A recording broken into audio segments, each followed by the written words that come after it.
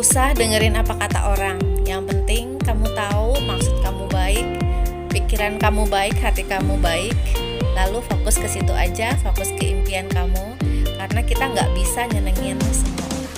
Semangat! Mewujudkan kekayaan. Hati-hati apa yang kita konsumsi, atau yang kita serap, atau yang kita anggap sebagai kebenaran, atau yang kita setujui dari medsos yang kita baca, atau dari YouTube, atau dari manapun yang masuk ke pikiran kita, ke pemahaman kita, maka itu yang akan menjadikan cetak di medan aura kita dan akan membuat itu mewujud dalam hidup kita.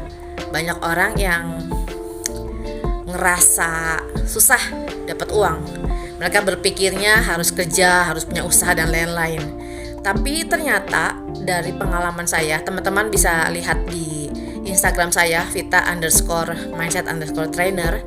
Di sana banyak sekali miracle tentang klien saya yang mendapatkan uang dengan cara yang mudah, bahkan uang yang ditemukan di dompet atau di rekening bank dengan cara tiba-tiba, dengan cara yang ajaib.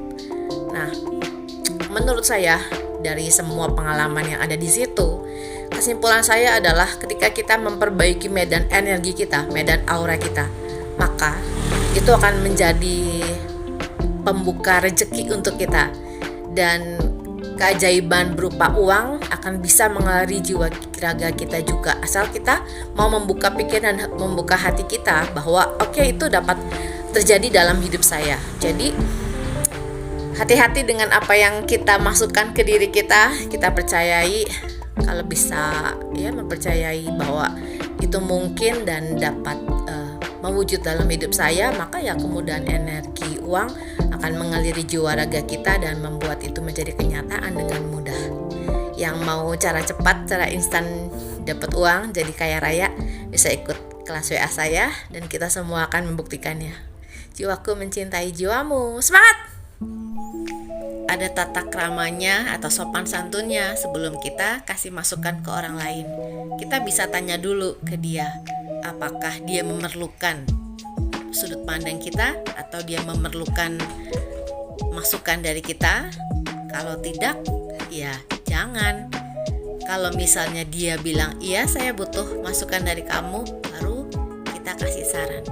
Jadi ternyata tidak semua orang membutuhkan apa yang kita pikir mereka butuhkan. Jadi jangan sok tahu. Dan ini juga salah satu etika pergaulan ya, yang sopan dan membuat orang juga nyaman. Yuk semangat saling menyadarkan. Sadari, perhatikan saat kita niat untuk mendoakan orang lain, apa yang hadir di batin kita. Apakah perasaan khawatir muncul, jangan-jangan nasib dia gimana nih gitu, atau perasaan kelegaan, percaya bahwa Tuhan memelihara hidup dia. Nah, hal-hal yang kecil seperti ini perlu kita perhatikan, karena perasaan kita merupakan getaran yang kita hasilkan ke alam semesta dan akan menentukan apa yang datang ke dalam hidup kita. Jadi ini akan mempengaruhi terwujud atau tidak terwujudnya impian kita. Kalau kita merasakan low vibes atau merasa kasihan terhadap dia, jadi kita mendoakannya dia, tapi dengan niat khawatir atas hidupnya dia, maka kita lagi mendatangkan atau memanggil kejadian buruk ke dalam hidup kita atau masalah baru. Jadi kalau niat mendoakan orang lain, pastikan kita juga merasakan sukacita atau bersyukur bahwa Tuhan sedang memelihara hidup dia, memberikan solusi saat kita mulai meniatkannya. Jadi PR juga untuk tetap mengontrol pikiran dan hati kita saat kita niat mendoakan orang lain. Yuk semangat, jiwaku mencintai jiwamu. Kalau hati kita baik, niat kita mulia, kita mudah memaafkan dan lain-lain, dimanapun kita berada, kita akan selalu bersinar, menyinari sekeliling kita. Ini memang tidak terlihat ya aura itu, tapi karisma itu akan selalu ada menemani kita, karena kita yang menciptakannya dari hati kita yang getarannya memang high vibes. Jadi jangan khawatir. Kadang kan kita khawatir apa yang akan orang pikir tentang kita, atau orang lain suka apa enggak sama kita. Just be yourself, karena kalau memang kita orangnya hati kita tulus, hati kita mulia, dimanapun kita berada, kita akan selalu dapat menebarkan pancaran aura yang bikin orang lain adem. Dan ketika kita menjadi diri kita sendiri, kita sedang melakukan kebaikan untuk diri kita sendiri, dan itu sudah cukup. Jadi gak usah mikirin apa yang orang lain pikirkan tentang kita. Cukup sadari apa yang kita pikirkan tentang diri kita sendiri, dan tingkatkan kualitas pribadi kita sebagai seseorang yang berkarakter baik. Jiwaku mencintai jiwamu. Semangat! Kadang kita terlalu khawatir atas hidup orang lain. Kita jadi menderita karena kita mikirin hidup orang lain. Padahal menurut saya, dan saya yakin kalau Tuhan tahu apa yang Tuhan lakukan. Tuhan tahu bagaimana memelihara hidup masing-masing ciptaannya. Jadi kita tinggal percaya dan mensyukuri pemeliharaan Tuhan atas hidup semua manusia.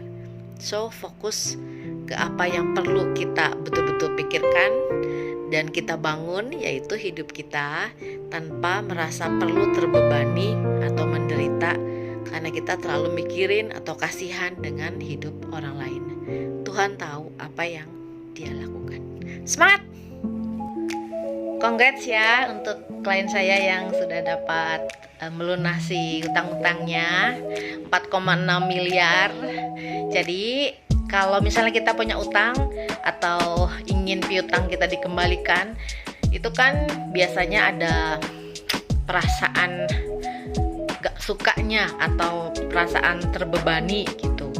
Nah, jadi dengan klien saya ini mengikuti layanan Angelic Healing Ho'oponopono dari saya yang membersihkan cakranya, dan juga dengan begitu aliran energi kembali lancar sehingga solusi dapat mewujud.